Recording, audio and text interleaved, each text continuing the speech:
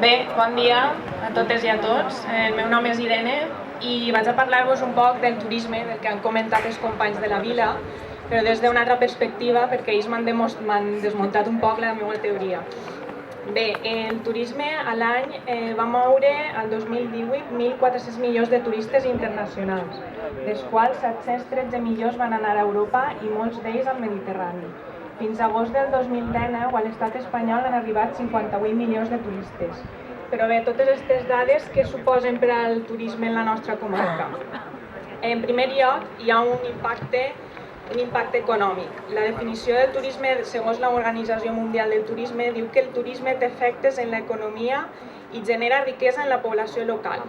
Segons l'Institut Valencià d'Estadística, la Marina Alta, junt amb la Marina Baixa i el Baix Segura, comarques marcadament turístiques, són les comarques més pobres del País Valencià.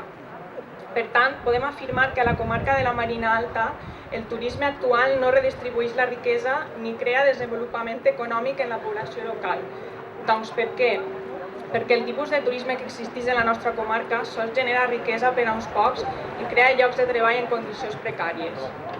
El segon impacte que podem trobar és l'impacte medioambiental.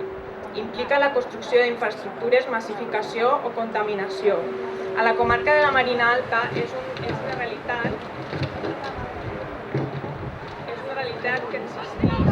realitat que existeix aquest impacte, especialment en les platges a l'estiu. Per això, municipis com Xàbia han hagut d'aplicar la coneguda com capacitat de càrrega per controlar el nombre de turistes, en llocs com la Cova Tallada o en les cales de la Granadella o la Barraca.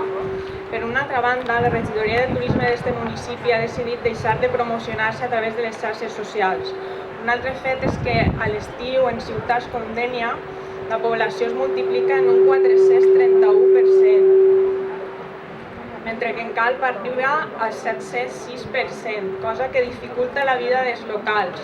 Implica massificació a les carreteres, als supermercats, als centres de salut, dificultat a l'aparcar. A la Marina Alta, de 170.000 habitants, passem a tindre'n quasi 800.000, segons l'Observatori de la Marina Alta. Cal fer menció al sector de la construcció, moltes vegades inclòs de mala manera en el sector del turisme, degut a que ambdós sectors es desenvoluparen d'igual manera a la comarca a partir dels anys 1960. Per tant, podem afirmar que el turisme a la comarca de la Marina Alta ha estat sempre estretament vinculat al sector de la construcció. Impacte sociològic i cultural és el tercer impacte que destaquem. Genera canvis en la població local. Este impacte el patim tota la població, ja que el turisme canvia el nostre entorn i el nostre paisatge, creant llocs homogeneitzats on el tipisme es converteix en un concepte en perill d'extinció. Nosaltres, com a població, també ens adaptem al turista i sofrim un procés d'aculturació. Un clar exemple és quan ens atenem en la nostra feina i deixem de parlar la nostra llengua per adreçar-nos a la seua. Una altra qüestió que cal tenir en compte és la nul·la integració per part dels ajuntaments de l'anomenat turista residencial, els residents europeus. Cal diferenciar el turisme residencial del turisme com a tal. El següent punt que vaig a parlar és un poc de la gestió turística a la comarca de la Marina Alta. La gestió turística a la comarca és pràcticament inexistent, ja que tot se centra en la promoció turística del destí, organització d'esdeveniments, assistència a fires, xarxes socials i en la informació in situ dels visitants a través de la xarxa d'oficines de Turistinfo. A la comarca, cada municipi actua pel seu compte, i això és una errada, ja que com a destins són molt semblants tant en oferta com en demanda.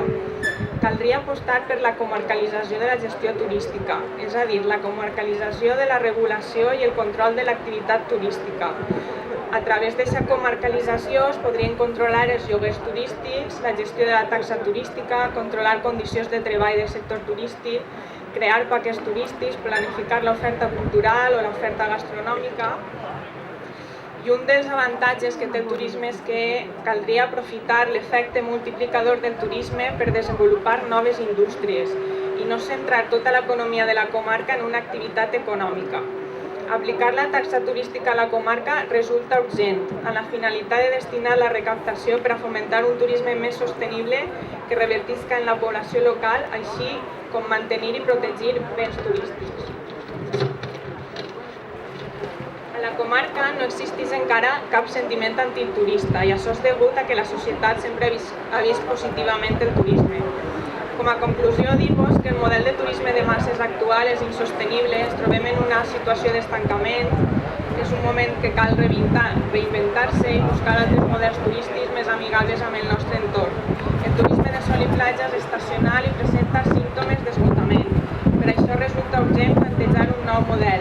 Ningú dubta de la riquesa cultural de la comarca, castells, esglésies fortalesa, torres de guaita, poblats ibèrics, pintures rupestres, riuraus, pedra en sec, tot un patrimoni que cal que posem en valor. Per què no desenvolupem ja d'una vegada un turisme sostenible i cultural?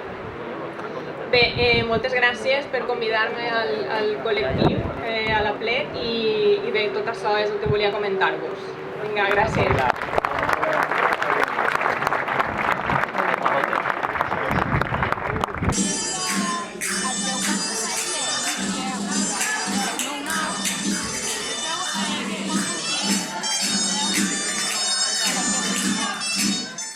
Mientras